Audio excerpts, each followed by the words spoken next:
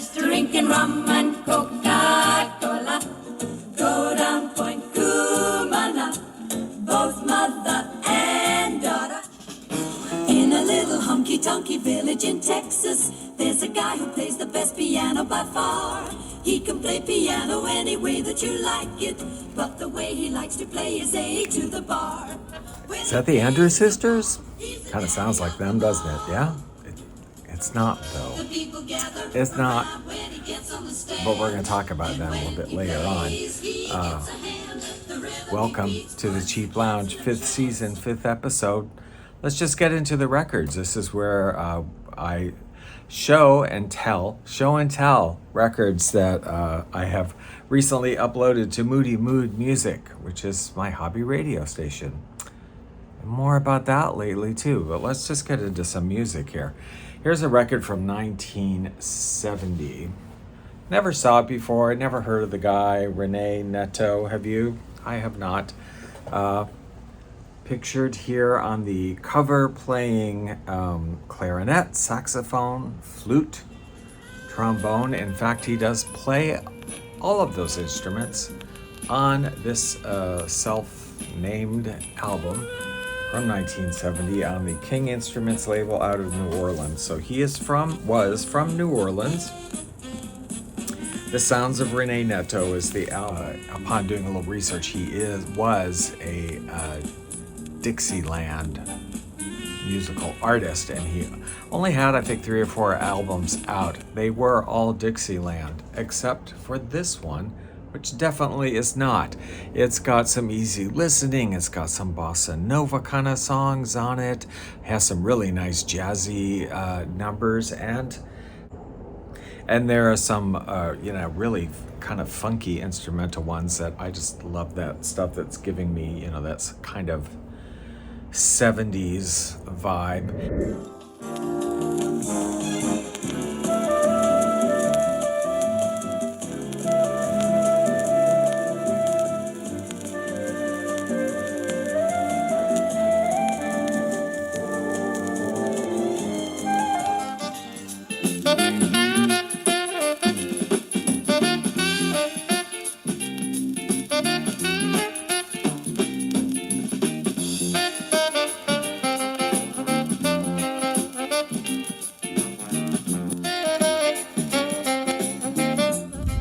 And it's one of those records that I encourage you, if you like this kind of music, easy listening music, you've never heard of him, you see this record, I'm just here to tell you, yeah, pick it up. It's worth it. Here's 2 records together. Now, I'm quite familiar with this group. You might be, you might not be, called the Midnight String Quartet.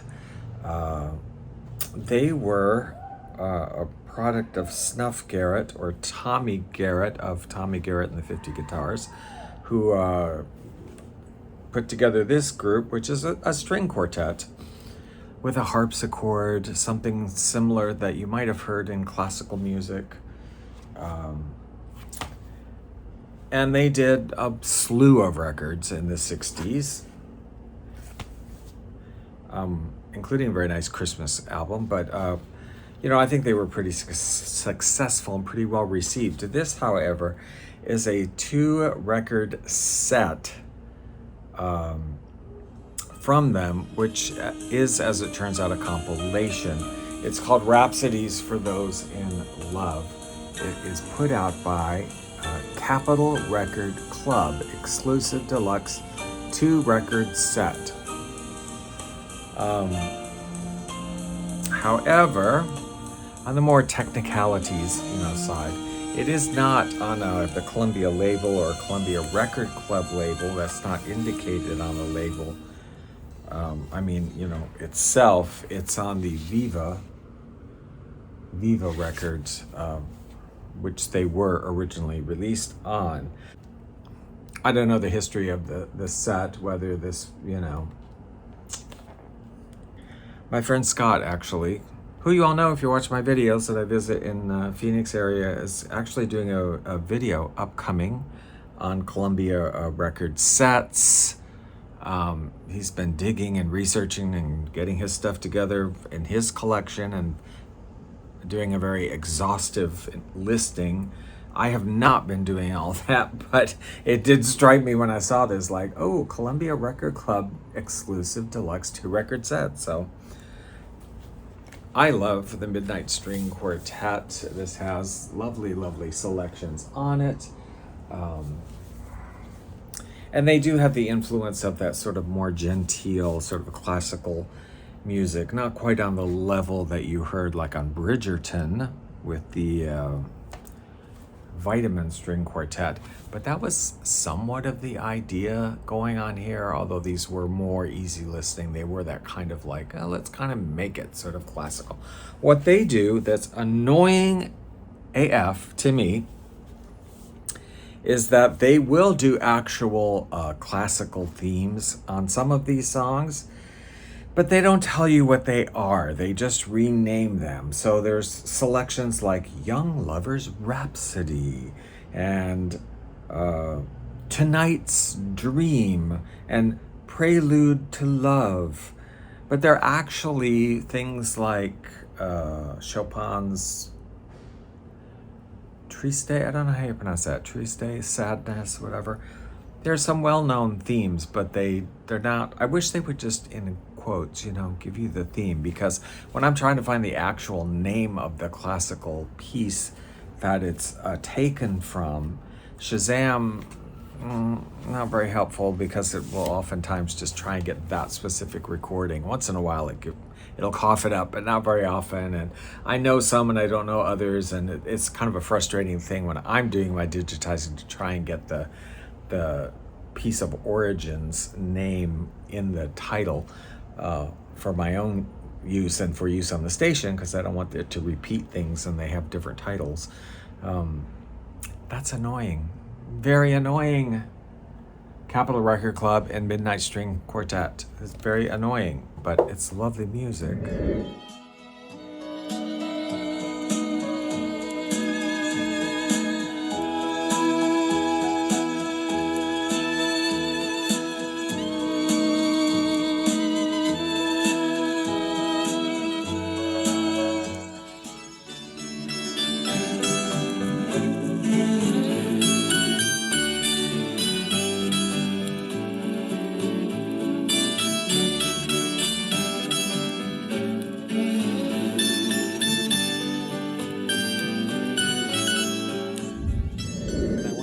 Something else very irritating that Capitol Record Club did here was that it's called Rhapsodies in Love, for those in love, and if you actually look, there are 3 volumes of records by Viva Records from the Midnight String Quartet called Rhapsodies for Those in Love. So why would you also make your own release with the same title? It's just so confusing.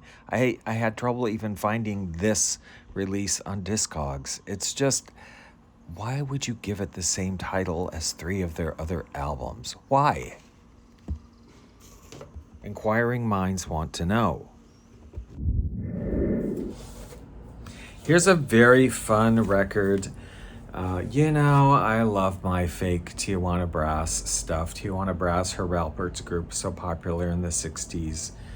Had 1 million records, fans all over the world, and had all kinds of imitation groups come up that would sort of imitate the sound or the styling of the Tijuana Brass. And this is one that came out of the Netherlands called Mirjam's Dream in Tijuana. Now, no artist's credit is given unless they intended that to be the name of the group, Mirjam's Dream, who happens to be in Tijuana. I don't know. Mirjam is just a name. Mirjam, I think we would call it in English. So I don't know. I don't know it's a very strange title. The album is absolutely wonderful. It's mostly public domain songs, like classical themes reworked into, or things like La Cucaracha or Dark Eyes, very well known I. Crazy version of Aloha Oi on here also. I love it. yeah, Tijuana versions of that. Now, I have learned this is actually credited, not anywhere here, but was done by a Netherlands producer, Tony Dirne, who did many instrumental orchestra type of tracks that were reissued, like the budget labels in the US. There were budget labels in Europe, and his songs under his name and under many other fictitious names like this were issued and reissued, throughout different labels and releases in Europe. But that he did some really great stuff. This is definitely one of them. And in fact, I did see this album, same tracks and everything, under the name like Tony's Mexican Band or something, called like Happy Mexican Trumpets. I don't know, but it was exactly the same recording. So Tony Dirne, great stuff.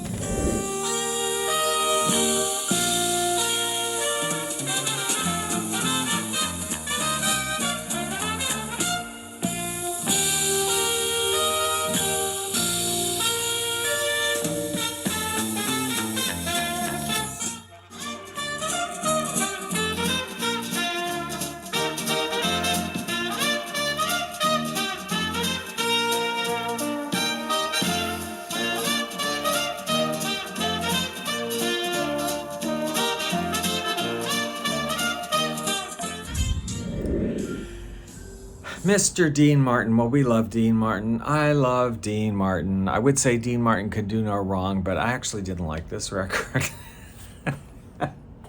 So, I don't know.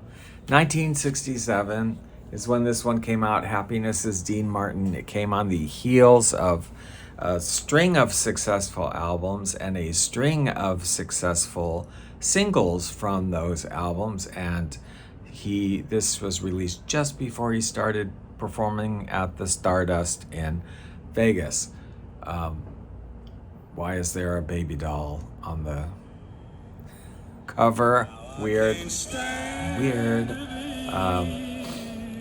Actually, I guess on his television show, which was when this was happening, Mattel was like a sponsor, and they often had dolls here and there on the show. I don't know. So there you go.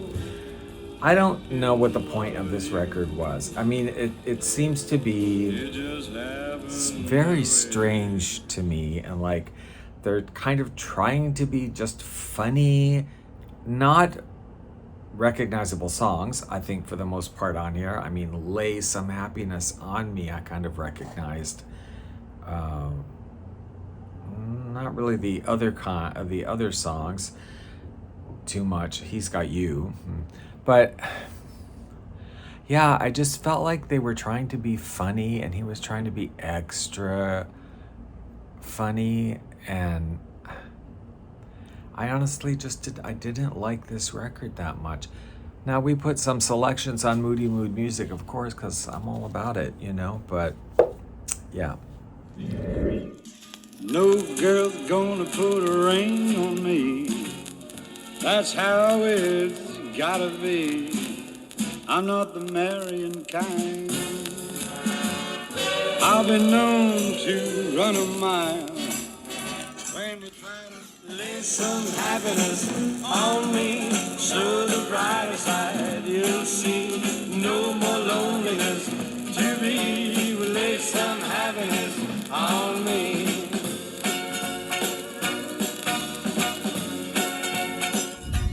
Not my favorite. But you can hear selections on my hobby radio station, Moody Mood Music. That's on live365.com. Any time of the day or night, you can hear all kinds of easy listening and middle of the road music. It will not just put you to sleep. There's happy music, big band music, some jazzy stuff, classic elevator music, lounge singers, etc. All the recorded music from the era of easy listening. You can check that out. That will be linked below, you guys. And I don't make any money off of that. It's just a hobby, something I do because I love this music and I love to share it. And it's really hard to hear this kind of music anywhere anymore, really. Here's a CD. This is just disc 2. I know I'll probably come across disc 1 someday in a thrift store like I found this one, and that will be exciting. But this is the Leroy Anderson collection with Leroy Anderson conducting. If you know Easy Listening, you probably know who Leroy Anderson is, composer who composed many well-known songs. Most well-known probably Sleigh Ride. And he wrote many other famous sort of musical bonbons, A Trumpeter's Lullaby, Serenada. Many songs you would, if you don't know them by name, if you hear them, you go, oh yeah, I know that song. You would know them. Instrumental pieces. But I love this because it includes some of those, but it also includes a number of songs by him I wasn't familiar with. Home Stretch, Clarinet Candy, I've Never Known When, The Pussyfoot. Cute stuff. And CD1 is the same story, which I don't have. Some of his chestnuts that we would know and several things that you're not as familiar with. So I was very, very happy to come across this and share some of these songs, some of the lesser known ones on Moody Mood Music. 1988 is what the cassette is from. And it's a treat that not only is it Leroy Anderson compositions, but it's Mr. Leroy Anderson leading the orchestra, which quite often it was not when you would hear collections of his songs.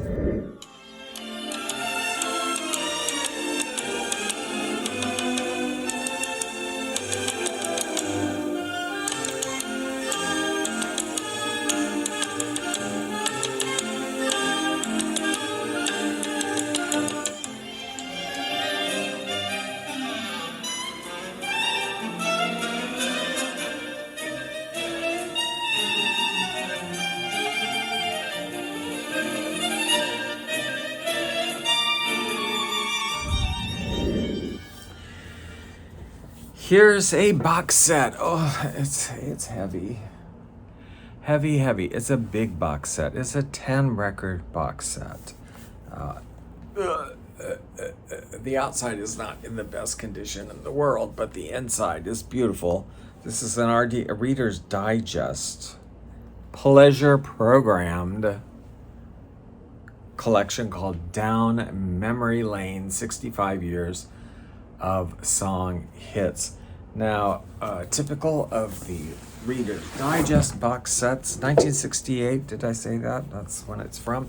It has lovely, I don't have all the paper, ephemera with this one, I think, but there is some nice little flap there listing all your 10 albums. And they did go kind of by era, right? More or less. They go 1900, 1910, 1920, the 1920s, 1930s, the 40s, the 50s. They end with the hits of today, which we're talking 1960s. So has lovely book here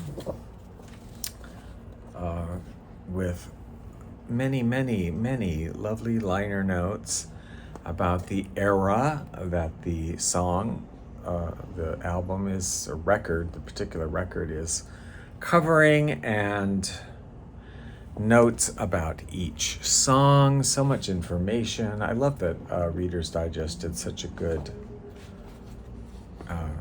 job of that. Makes for good reading, and you can learn a lot about the background of these different songs and songwriters. Of course, these box sets would do like, Nat King Cole or a particular artist that would be them singing or them performing, and that would all be their music, of course. But when they did these kind of sets, which are a variety of different artists, instrumental and vocal, not the big name celebrities. I mean, if you read the artist, you'll be like, who is that? We have Robert Mandel and his orchestra, Johnny Gibbs and his orchestra, Wally Stott and his orchestra, and we have Ray Davis and his button-down brass. There are other ones. The Clare Sisters, Rosemary Squires, Ken Darby, and Ken Darby or Barbie? No, Ken Berry. Sorry, Ken Berry. And sometimes those singers will do sort of imitations of other singers. For example, Ken Berry, if I'm getting his name right, Ken Berry on here does a really nice imitation of Nat King Cole on Mona Lisa on here. I was like, darn, that was pretty impressive.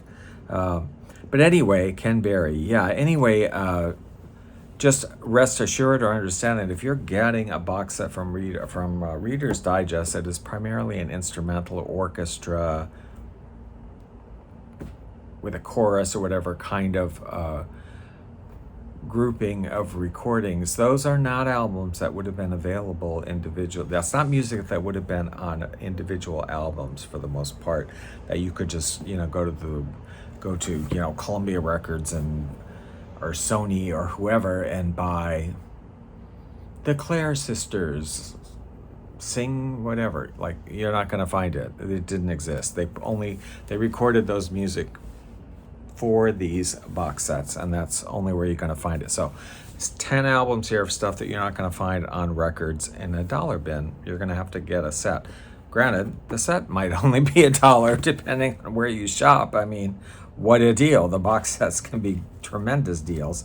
And as we mentioned earlier, the artist who was sort of doing the Andrew Sisters sound-alike groups was the Clare Sisters. I can't find any information on them at all, who they were or whatever, but they do about 15 or 20 songs on here. I really enjoyed the Clare Sister recordings, but I love the other ones as well. Some of the, particularly when we're talking like Johnny Gibbs, Wally Stott, there's some really beautiful orchestral arrangements on these sets by them. Really nice stuff. So again, I would recommend to you, if you get a chance and you want to work out carrying it around, to get this 10 LP box set down memory lane. Mona Lisa, Mona Lisa, men have named you. You're so like the lady with the mystic smile.